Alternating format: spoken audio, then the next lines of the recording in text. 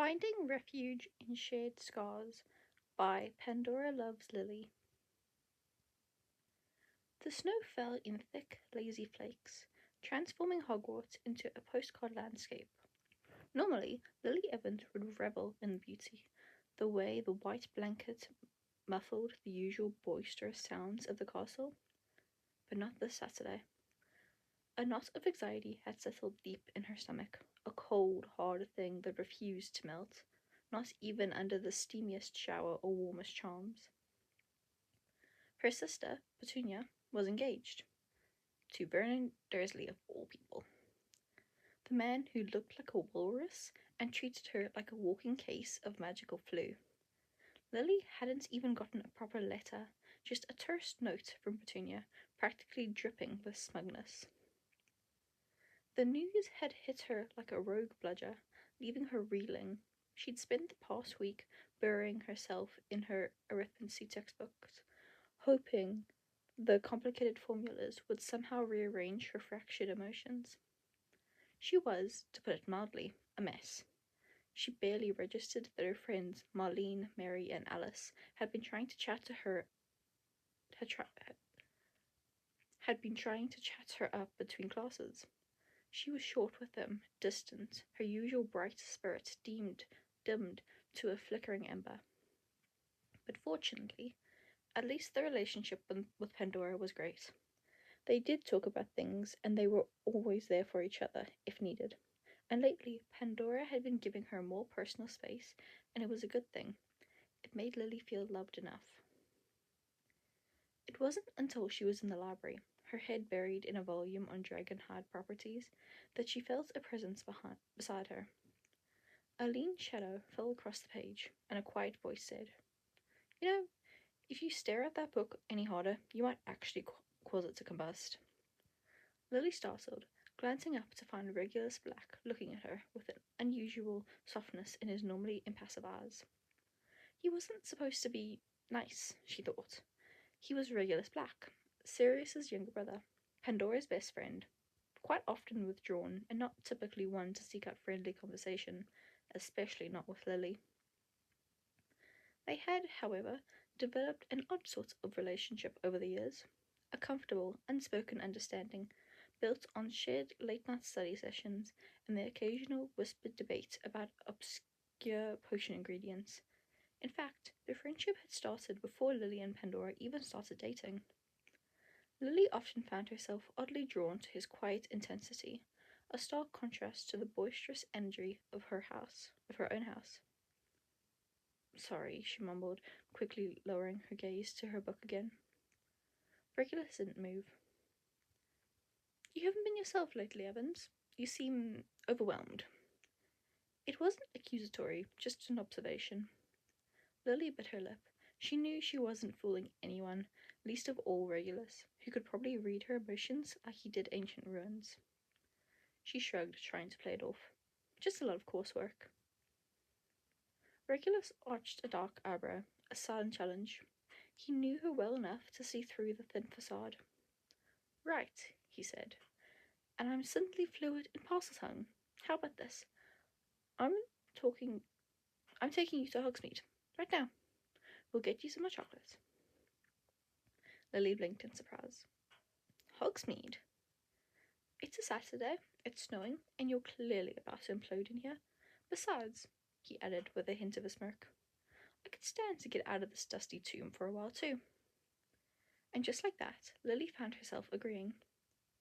She wasn't sure why she felt safe doing so with Regulus.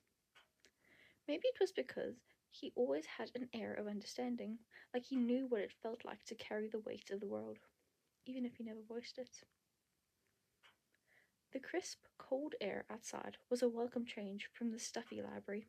They walked in comfortable silence, the crunch of snow under their boots the only sound besides the soft whisper of the wind. At the Three Broomsticks, they found a cozy corner by the fire, the aroma of cinnamon and chocolate filling the air. Lily took a long, grateful sip, the warm sweetness easing the tension in her shoulders just a little. Regulus watched her, the usual sharpness in his eyes replaced by something more akin to concern. All right, Lily, he said, his voice low. Spell. It was probably the fact. It was probably the first time ever when he had called Lily by her first name. It was like a dam had broken. The words tumbled out, raw and unfiltered. The shock of her sister's engagement, the way Petunia hadn't even bothered to ask about her, the fear that she was completely alone, and the strange sense of betrayal. She felt ridiculous for feeling so deeply about something that seemed so small, but it felt like she was being pushed out of her only family. Regulus listened intently, his dark eyes never leaving hers. He didn't offer platitudes or dismiss her feelings. He simply listened. When she finally trailed off, her voice thick with unshed tears, he was quiet for a moment, stirring his hot chocolate. My brother, he said finally, his voice softer than she had ever heard it. He once told me I was a disappointment, that I would never be good enough, and I think I understood the feeling of being disconnected from the people you thought would always be by your side. Lily looked at him, surprised. She had never imagined Regulus talking about something so personal. It wasn't the same as her sister's betrayal, but there was a similar pain in his eyes, a shared understanding of family dynamics gone wrong, and the sting of her full words. It's not easy, Regulus continued, his gaze fixed on the fire. When those you care about don't understand you, or when their choices hurt, it feels like you're in the wrong, like you're the odd one out. For the first time, Lily felt a genuine sense of connection with Regulus. It wasn't a friendship, not even close. It was something much deeper, a quiet understanding forged in shared experiences. Hey, if hey, if becomes a time when you just can't go back to the house, remember that our doors are always open for your egg, Lily reminded him. The tone in her voice was soft and calm.